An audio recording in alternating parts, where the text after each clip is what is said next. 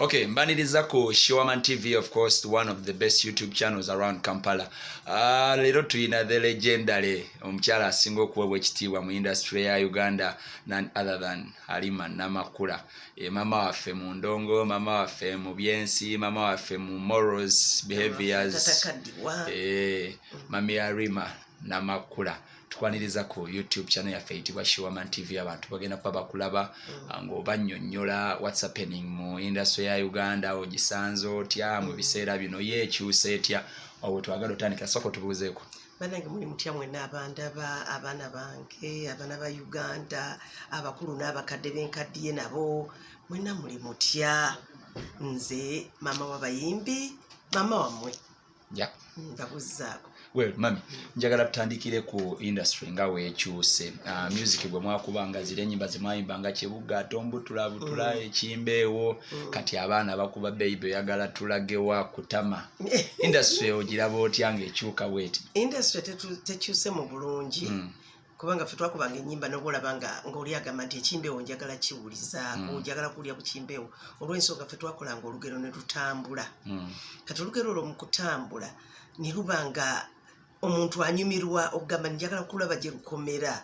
Naye kati bakube oluyimba ne bakubako akatundu kano n'akubako kano n'akubako kano ate ennyimba ne zangu okuvaako ku TV. Oba ku TV oba ku mpewo. Zikuba n'omwezi teguwera ng'awandiisa olulala n'omwezi guwera. Kiki ekireetedde abayimbi okubeera ku pressure y'okwefulumiza okumu mwe mwayimba ng'oluyimba lumu n'obeera nalwo omwaka mulamba? Okuba luyimba lwemu olwo. Kwegamba ekibaleetedde competition. Tetwalina competition nene nnyo. Nze bwe naleetera Ekimbeewo, of course nakitandikiza ku Simba Radio. Ne bankuba bulungi nnyo era ne bapromotinga bulungi. Naye mu bbanga eryo nga oyinza okubeerawo obwomu okumala ebbanga bw'obanga okubye yitiyo nga gw'okuba ebivulu byonna ensi yonna nga gw'ogiyimbamu. Era nzijukira mu bbanga eryo nakola concert ku Nayo Hotel kati eyitibwa bana mwaka sikyadda mabega kubala. Naye ku Nayo Hotel eyitibwa kati Africana Serena yeah. Naye najjawo omuyimbi omu nali siina naye sponsor yenna n'omu. Naye nze gw'olaba nakikola nenkuba nenzijuza wekka bwoti bwezekka. Kuba ate by that time nga tenva mu America. Kati bwebanga ova mu America of course weekolera. Olidde okola sente zo, okola buli kimu, ojja buzito, tofaayo bw'olina sponsor oba toyina oteeka okuteesa. Mbuliraako ku bayimbi abakyala, ngeri gy'oli muyimbi mukyala, abayimbi abakyala boogamba nti ffe twakikuba naye kati currently essaawa zino abayimbi abakyala abakikuba nange bengamba nti basobola otuddira mu bigere singa tuba tetukyafulumya nnyimba kumukumu kigundi oba gundi. Siina mukyala nvuganya. Asigamba okuvuganya ngamba abayimba. Mukyala gwe ntunuulira neŋŋamba nti yes y'ono. Tewaliwo omuyimbi mukyala currently akuyimbira bulungi. Akujja kukunyimbira obulungi. Kyakembuuza nti ogambe nti ngamba nti ayimba aperforminga kubanga tojja kuyimba buyimbi. Ojja genda ku stage. Bwe kituuka ekyokuyimba n'ogenda ku stage. Sinnalabawo. Ate akuyimbira ebinyuma. Nyimbira obulungi woti nanyimbira obulungi. Njagala nnyo muwala wange Rema. Muwala wange Rema ayimba bulungi. Ndi ku vocals kati. Namakula. Rema Namakula ayimba bulungi. Muwala wange Rachel vocal. Amaloboozi. Muwala wange Irene Nambiru. Ne muwala wange Juliana. Be bayimbi boogamba nti bakuyimbira bulungi mu maloboozi. Mu maloboozi bayimba. Well, wazzeeyo mu studio from a very long time nga toyimba. Nga tofulumya nnyimba nga bagamba Halima yaggwamu yayabika abayimbi baakaddiwa tebakyata nnyimba baabivaako. Wazzeeyo mu studio twakusanze wabbawa ng'okuba oluyimba olulala. Ekyankozesezza ekyo kwe kulaga abayimbi nti tokaddiya muyimbi. Omuyimbi takaddiwa. Omuyimbi gwe wejja ku stage n'ogamba kati nkivuddemu naye omuyimbi takola ki takaddiwa. Myaka 6 gye nnina nkyali ku stage. Myaka 6 naye nga olabikanga atagiweza bannange abatulaba eyo. Bw'obanga oli ayagala okwebuuza akubire ku hemudia mugandi maama we alina emyaka emeka? Ajja kugamba okusooka mama nga alina emyaka 4. Ayagala nnyo nga nzira amabega tayagala ngende mu maaso. Oli wa 6? Ndi wa 6. January nga lumu naweza emyaka 6.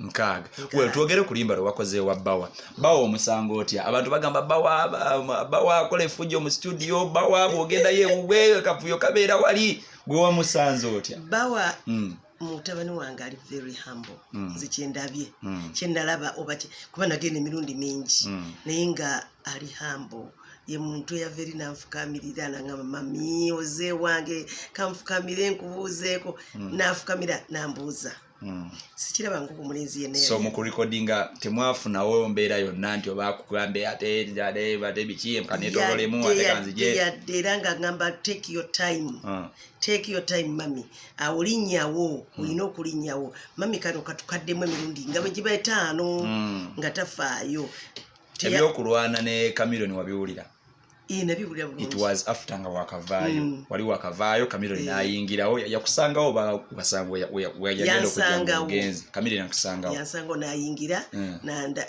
na mpahaga tetwalina social gundi distance twabyerabira ebyo byonna nayigirawo nampahaga bulungi nnyo bawagamba mbu Cameron yalete fujjo nga ayagala goveeyo buyayimbe Cameron tasobola kikolera mu maaso gange naye atayinza okukyogerera ebweru lakabanaga amugamba mami aveeyo ayinza n'okugattamu abo bakatiwa baveeyo naye kati ani alina hiti kusaawa eno essaawa zino kituufu twogere kulimba lwe wayimbye baluyita ndikaddiwa naawe ndikaddiwa naawe story eri emabega eriki oluyimba olwo nanoonya luyimba lwa kikadde olusobola okuba nti nsobola okulaga abantu nti nkaddiye nabo abaana bange nkaddiye nabo nkaddiye n'abaami nkaddiye n'abakyala nkaddiye oluyimba lw'ompuliriddemu President Museveni ng'oyimba nti oba okiyimbye otya obadde ogamba nti oba Museveni nkyali naawe ngamba nkyali ne kapiteni wange okay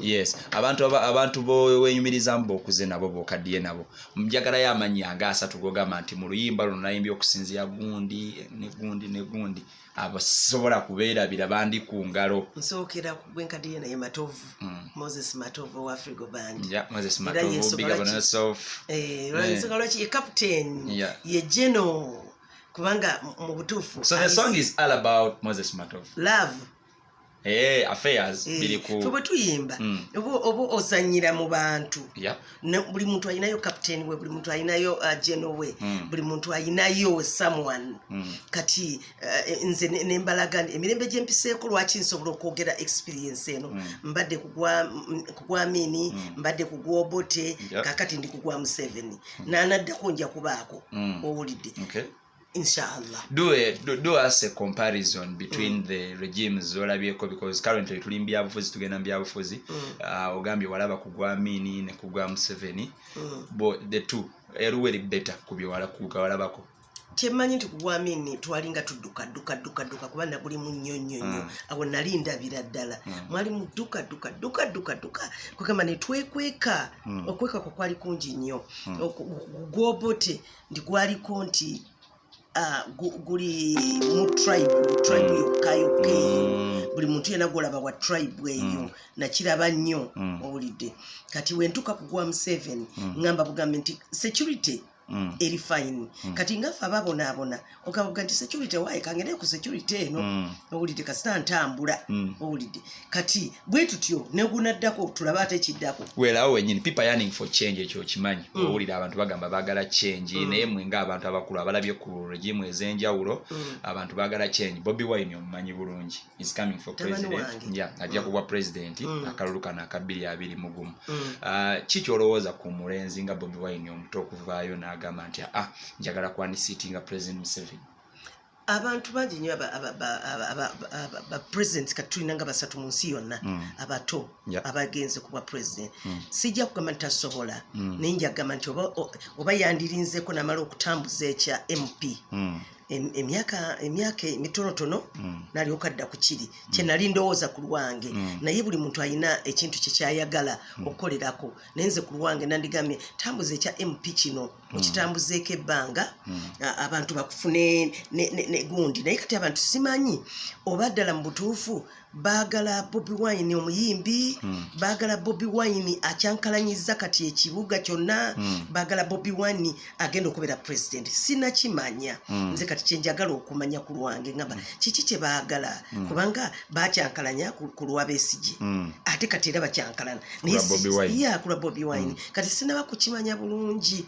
njagala manyire ddala naye nga bw'oba ombuuza nti ddala ddala mu butuufu kati ali ready, nja kugamba nti nze nali ndowooza nti yantambuza kyaki kyabwe MP wa MP nakitambuza nekikutukako oba nazaayo obwa MP again namala okulaga ebyalo byonna byakulira timundabye naye kati wano ndabanga abantu abamutaddeko pressure abantu bamutaddeko pressure naye nga yenga omuntu tali ready kyoyagala ogamba nandika nti akyalinayo emyaka kyali muto naye wabanga ali 40 years currently agenda mu 40 years 40 years is old enough agenda mu 40 years agenda kuweza 40 40 years is old enough njagala kumanya experience eno bamutraininze abantu be kuba ayina okutrainingibwa kuba mu America nze kyemmanyi batraininga president okuva ku myaka 18 ne bamutendeka nti kumbanga bweriti ojja kuba president era ninayo wa family yange